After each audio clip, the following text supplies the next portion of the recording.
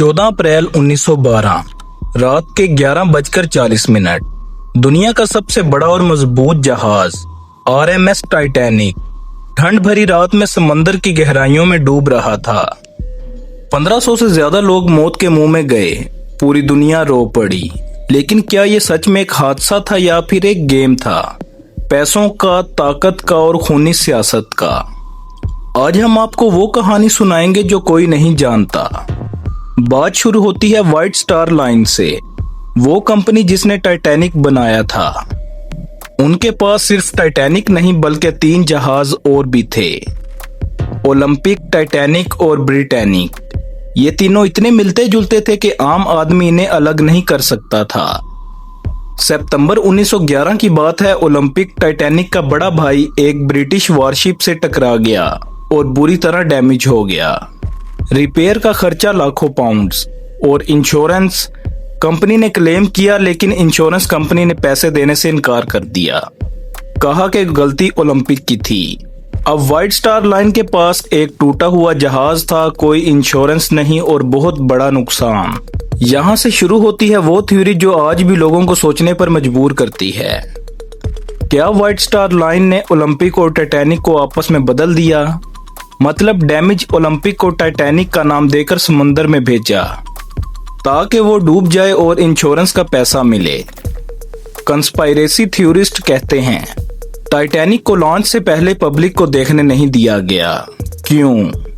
दोनों जहाजों के पोर्ट होल्स की गिनती अलग थी, लेकिन कुछ फोटोज में मैच नहीं करता।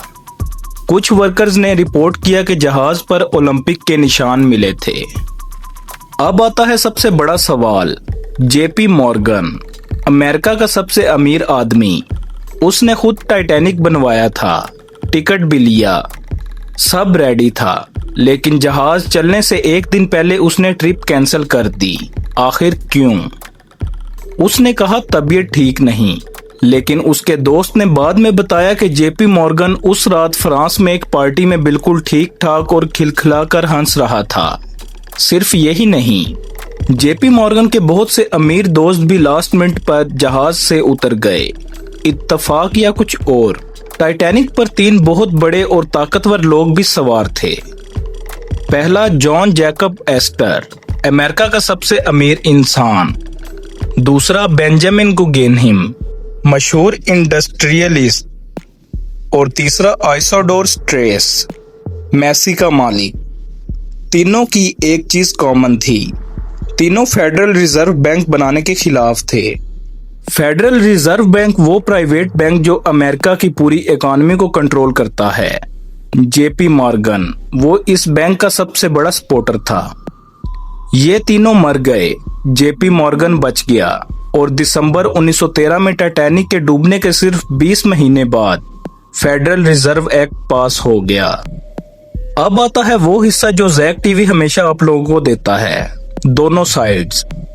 कंस्पायरेसी के सपोर्टर्स कहते हैं JP मॉर्गन का लास्ट मिनट कैंसिल करना सस्पिशियस है।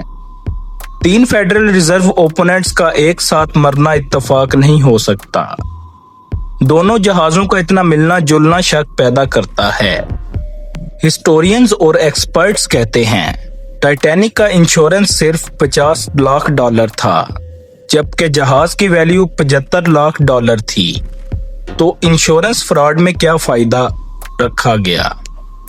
शिप स्विच करने के लिए हजारों वर्कर्स की जरूरत थी, कोई एक भी नहीं बोला। JP मॉर्गन अकेला नहीं था जिसने ट्रिप कैंसिल की, 55 और लोग भी नहीं गए। 1500 लोगों की मौत, एक जहाज जो कभी नहीं डूब सकता था डूब गया।